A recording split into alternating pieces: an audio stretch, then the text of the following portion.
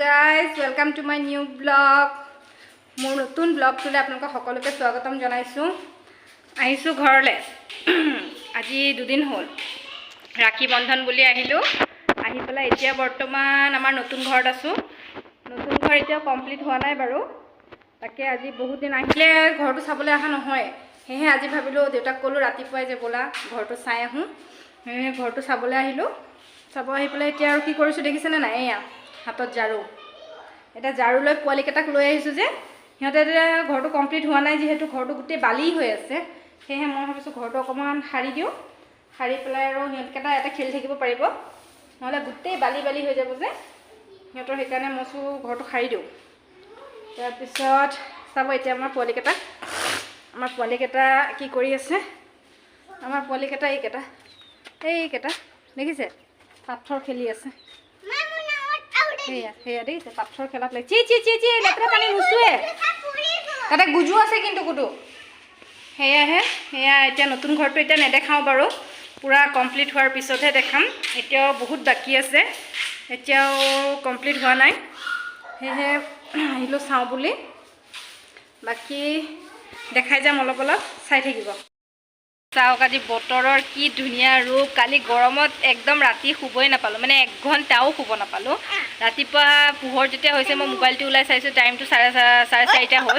মই ইছৰাম ৰাতিটো মই দেখোন 1 ঘণ্টাও শুব নাপালোঁ। তাৰপিছত চাওক এতিয়া ৰাতিপুৱা সময়ত একদম বতৰ মানে বেলেগ আৰু। এতিয়া ৰ'দ নাই, পূৰা বতাহ মাৰিছে। আৰু আমাৰ দেউতাহঁতে এতিয়া য'ত ঘৰ বনাইছে বৰ্তমান একদম মানে পূৰা জেগাখিনি একদম গছ-গছনিৰে ভৰা, একদম গোটেই গছ-গছনিৰে ভৰা। আৰু সেয়েহে জেগাখিনি একদম ঠাণ্ডা হৈ থাকে। বহি একদম মই দেখিছেনে নাই দুৱাৰ মুখতে বহি লৈছোঁ। একদম বহুত ভাল লাগিছে ইয়াতে বহি। এতিয়া দেউতাহঁতে ঘৰ বনাইছে বুলি কওঁতে আপোনালোকে চাগে ভাবিছে তেতিয়াহ'লে তুমি ক'ত মাহঁতৰ ঘৰলৈ গৈছা এনেকৈ বুলি ভাবিছে চাগে। কিন্তু আমাৰ মা দেউতাই তেজপুৰ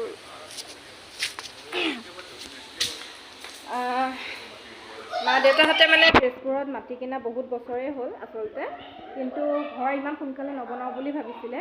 কিন্তু কি হ'ল মানে মোৰ বাইদেউৰ হাজবেণ্ড ঢুকালে। মানে আজি 1-2 বছৰ, মানে 1 বছৰেই হ'ল, 2 বছৰ কমপ্লিট হোৱা নাই বাৰু। বাইদেউৰ হাজবেণ্ড ঢুকালে আৰু সেয়েহে বাইদেউ এতিয়া খুব অকলশৰীয়া হ'ল। ছোৱালী এজনী আছে, তাই 5 বছৰীয়া, তাই অকলশৰীয়া হ'ল। সেইকাৰণে মা দেউতাই কি কৰিলে, বাইদেউৰ লগতে এতিয়া বৰ্তমান আছে। কিন্তু এতিয়া ঘৰ সেয়া বনাই আছে, কমপ্লিট হোৱা নাই। ঘৰটো কমপ্লিট হ'লে হয়তো দুৰ্গা পূজাৰ পিছত বা আগতেই আহি সোমাব আৰু ঘৰত, নতুন ঘৰত। আৰু সেয়েহে বাইদেউ তেনেকৈ এতিয়া অকলশৰীয়া হৈ গৈছে যেতিয়া, অকলশৰীয়া ছোৱালীজনীক লৈনো তাই কাৰ লগত থাকিব। সেয়েহে মা দেউতাও তাই ইয়ালৈ আহি গ'ল। সেয়া এতিয়া বৰ্তমান তেজপুৰৰ বাসিন্দা।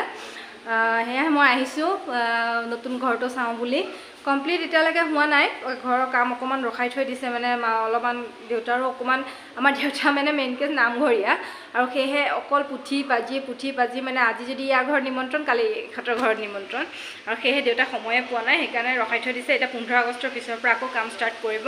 আৰু সেয়েহে নতুন ঘৰ লোৱা যেতিয়া পাতিব, তেতিয়া আপোনালোকৰ ঘৰটো পূৰা কমপ্লিট হ'লে ধুনীয়াকৈ দেখাম।